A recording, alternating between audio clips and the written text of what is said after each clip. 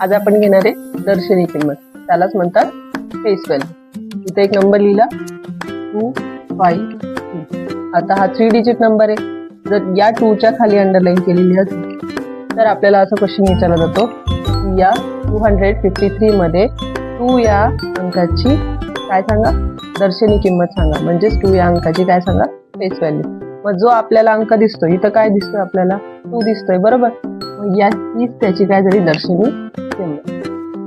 अजून एक एक्झाम्पल घेतलं. फॉर एक्झाम्पल आपण घेतलं 323. या 3 खाली अंडरलाईन केलेले असेल आणि विचारलं गेलं या 3 ची दर्शनी किंमत सांगा, मग या 3 ची फेस व्हॅल्यू सांगा. तर त्याची फेस व्हॅल्यू काय येईल.